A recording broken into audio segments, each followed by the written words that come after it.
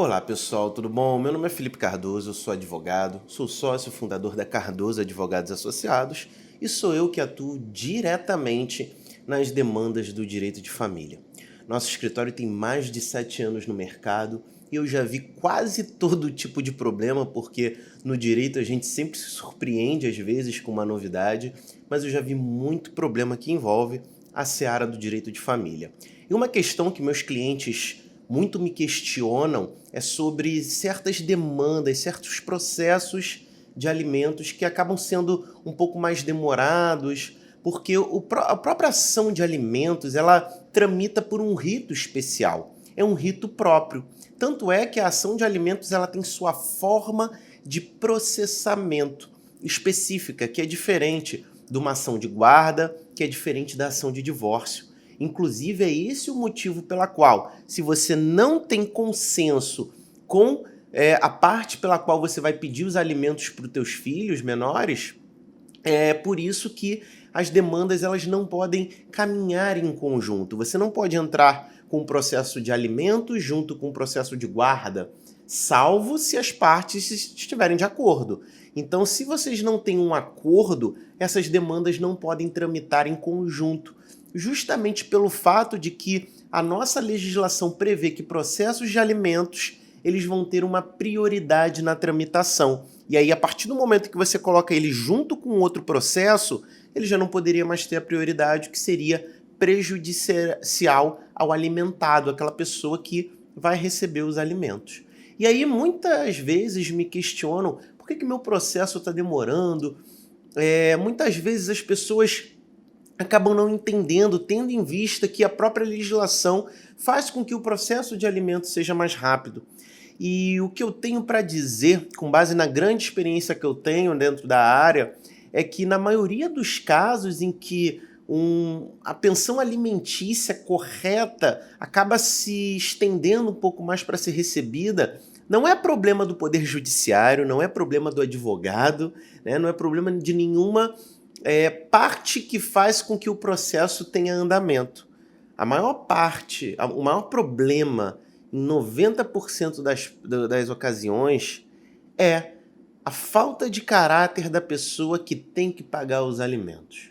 É a pessoa que às vezes enrola, a pessoa que às vezes diz que ganha uma coisa quando na verdade ganha mais, justamente para não pagar ali os alimentos que são devidos. É a parte que mesmo com o processo de execução, que ainda que tenha previsão para que seja feita ali a prisão desse devedor, a pessoa ela simplesmente ignora e prefere não pagar aquilo que a outra parte tem que receber.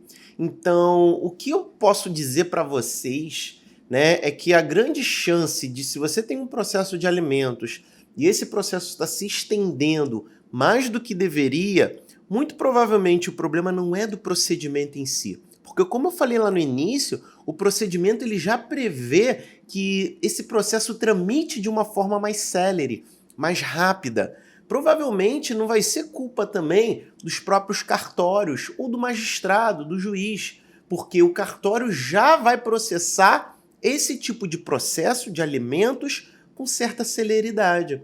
E é uma demanda em que nós, advogados, conseguimos certa urgência, a gente consegue agilizar o trâmite quando às vezes é necessário, porque a gente fala de pensão alimentícia, que é algo fundamental na manutenção da vida de quem precisa receber. Então, quando a gente chega lá para o serventuário e às vezes pede, pô, adianta isso aqui, coloca lá na conclusão, não é garantido, tá, gente?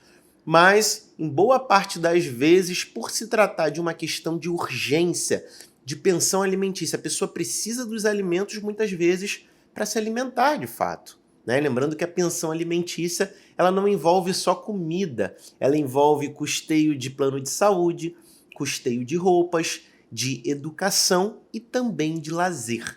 A gente fala alimentos como uma forma geral, mas a pensão ela não é só para comprar comida, é para manter toda a qualidade de vida, inclusive que a pessoa tinha no momento em que os pais conviviam junto.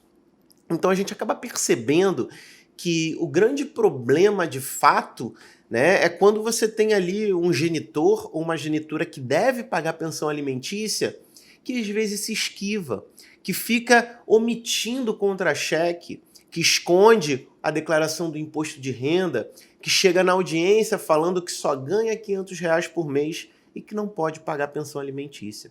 Então, o grande problema, e isso se agrava quando a gente tem casos que envolvem pessoas que de fato não têm a carteira assinada.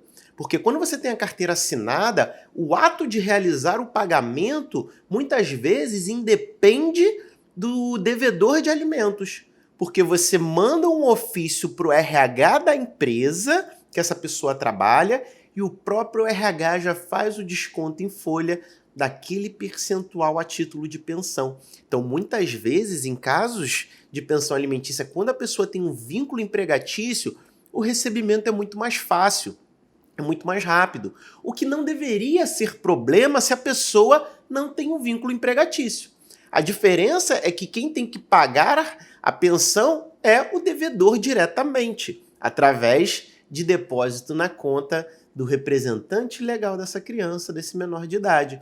E aí, com isso, você tem a possibilidade dessa pessoa, muitas vezes, atrasar o pagamento. E aí, às vezes, atrasa de propósito, ou então até mesmo atrasa para criar uma falsa situação de que não pode pagar pensão alimentícia. Afinal, quando você tem uma alegação de que a pessoa não tem dinheiro para pagar aquela pensão, é muito contraditório quando ela vai lá e paga. E aí as pessoas utilizam até como estratégia atrasar esse pagamento. Sendo, pessoal, que aqui eu estou falando de uma pessoa que realmente tem condições de fazer esse pagamento. Então, por isso que eu digo que quando um processo de pensão alimentícia começa a ter uma demora, a parte fica com dificuldades de receber a pensão, na grande maioria dos casos, não é problema do advogado, do procedimento, do cartório, do juiz. O grande problema que eu enxergo na minha experiência, muitas vezes, é a falta de caráter do devedor de alimentos.